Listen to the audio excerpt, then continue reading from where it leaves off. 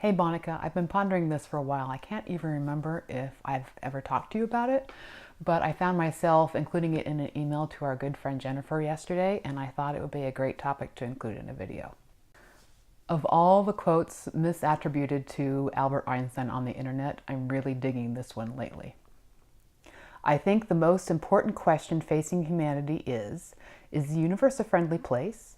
This is the first and most basic question all people must answer for themselves.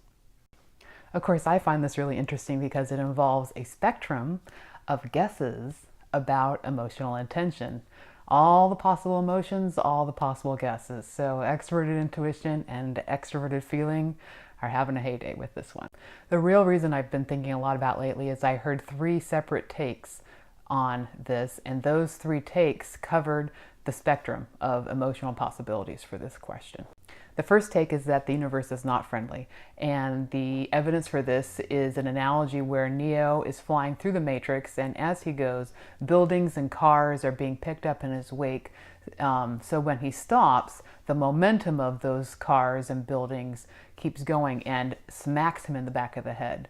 The point of this analogy is that the universe responds to thoughtless and inconsiderate behavior with vindictive consequences, and it doesn't hold back just to be nice.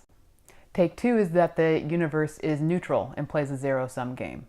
The evidence for this is that birth is wonderful and death is terrible, but overall, on any given day, there's a pretty equal amount of birth and death, so they kind of even themselves out.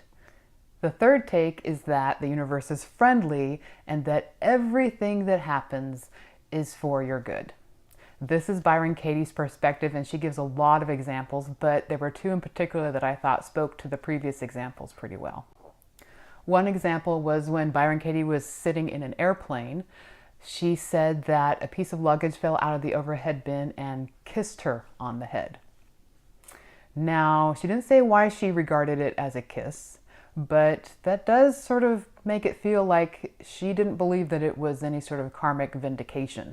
Another example is Katie smiled and looked to her mother's eyes as her mother breathed her last breaths after a long illness.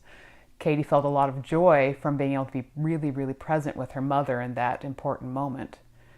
Now she goes about her life in peace, as if her mom were just in the next room.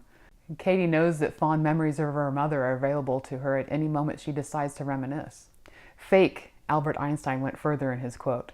"For if we decide that the universe is an unfriendly place, then we will use our technology, our scientific discoveries, and our natural resources to achieve safety and power by creating bigger walls to keep out the unfriendliness and bigger weapons to destroy all which is unfriendly. And I believe that we are getting to a place where technology is powerful enough that we may either completely isolate or destroy ourselves as well in this process.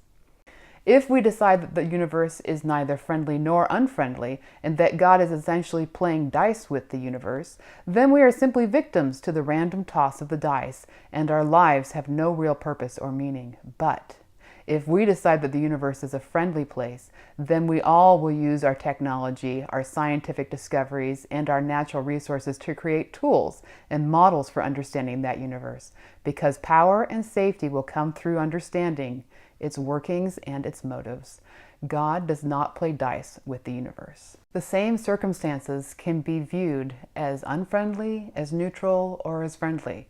Luggage falling from an overhead bin could be a gentle reminding kiss on the head, or the weapon karma hurls at you vengefully. Death could be a thing that just evens out birth, or it could be a beautiful and precious experience you don't want to miss. How you see the event doesn't change the event, but it does change you.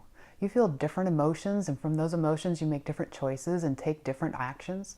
So when luggage hits you on the head, do you want to feel sadness and anger, or joy and gratitude? Which brings out the best in you in that situation? It seems to me whatever you feel about the universe's intentions, you can't help but respond in kind. I remember you were curious with synchronicity a few years back, and I wonder where you are with that now. And how friendly does the universe feel to you? Do you think you could perceive the universe as more friendly if you decided to try? And would you want to? I'll see you next week.